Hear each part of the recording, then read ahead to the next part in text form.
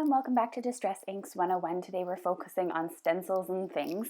Today we're more focusing on the things in this video, and there are 2 videos today. Don't forget to share these videos, please. It keeps the classes free and keeps me doing them monthly. To get started, I'm going to start off with a white panel here. It measures 4 by 5 1/4, and I am going to do some distress inking. Now, if you're going to be doing this technique, you're going to want to use really vibrant colors, because once you place the black panel over top, it's going to make everything quite a bit darker. So I'm going to go in with Carved Pumpkin, and I'm going in with some similar colors that you've seen me use throughout this series. And I'm going to just randomly place the colors here and there. I'm going in with Picked Raspberry now. These colors blend nicely together for the most part. And then I am going to go in with a few other colors. I decided to add some Cracked Pistachio, which is one of the newer colors as well, which I really like, but I do have a hard time finding colors that blend well with it. Make sure you wipe off your mat between each one and dry it off, because you will pick up, for example, I just picked up some of the Picked Raspberry with the Cracked Pistachio. Because they don't blend, it created sort of a brown little corner there for me, so you just got to be careful when you're doing that. I'm going in now with Abandoned Coral. This is a really nice orangey pink color that is one of my favorite colors because it blends just so well with so many different colors. And then lastly, I'm going in with some peacock feathers, and I'm going in from the side here and into the middle. You don't really have to worry about your blending being perfect in this one, and you don't really have to worry about harsh lines so much, because I'm going to be placing a black panel over top, and that's going to distract you from any sort of mistakes. So I'm just going in with some finishing touches to cover up any sort of white spaces.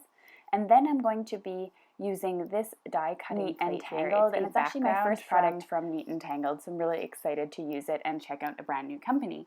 I'll have it linked to below in the description, as well as on my blog if you're interested in taking a look at this die. So I'm going to be cutting this die out using black paper, and it's black paper from Simon Says Stamp. I'm going to be using a shim as well, because I'm quite certain that because it's such a detailed die, that you're going to need just some extra pressure in your die cutting machine. So if you do need that, just grab a piece of paper if you don't have a shim and stick a couple of pieces of cardstock in there with it, and it should cut no problem. Alright, so that's the plate that's cut out there, and now all I need to do is kind of just pop out these little pieces here. And I actually had no problem doing that with the shim. They all came out nicely, but they didn't fall out. So I could have probably put a piece of computer paper in my sandwich there, and it would have probably cut straight through without any issues. So I'm just going to place this here. I've already put some Tombow Mono liquid adhesive on the back. I'm going to adhere this down onto my colorful panel here, and it's going to make a nice colorful border on the outside as well, which is what I really like about this, because that's going to help it stand out even more. I'm going to place this on a black card base. It really doesn't matter the color card base. You could use white, you could use black here, because this panel is going to cover up the entire card base. So I'm using an 11 by 4 1/4 inch black card base from Simon Says Stamp. It's folded at 5 1/2 inches there.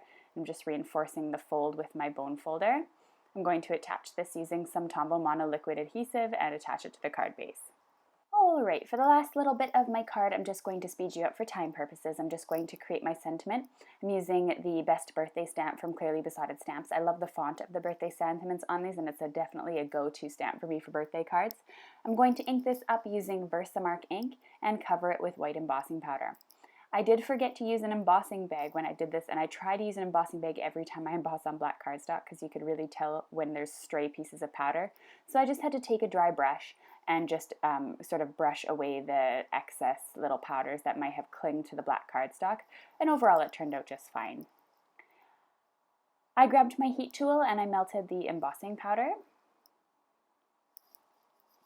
You can see the embossing powder change to a really bright, vibrant white, which is really fun. And then I'm just going to simply, instead of having this cover the entire card, I'm going to cut it down and create a nice little fishtail banner. So how I do this is I grab a white gel pen, put a little point in the card, and cut from the corner to the point to create a nice little banner. And I'm going to attach this using some 3D foam tape.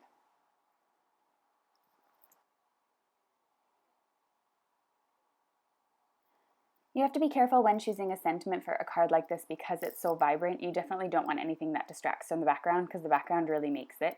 So I think this black little piece here with the subtle white embossing does the trick, and it definitely doesn't need any more embellishments. So here's a last little final look at the card. I hope you enjoyed this card tutorial on stencils and things, more the things part for this one. Don't forget to check out the second video, and on my video description you'll find the supply list as well as on my blog. You'll also find a free PDF download for the cards made today, and you can click on that above. Over on the right you can click on the subscribe button to subscribe to my channel, or if you missed out on yesterday's class, Just Add Water, just click on that picture there and you'll be taken to one of the videos. Thanks so much for watching everyone, and I'll see you tomorrow for the last day of class.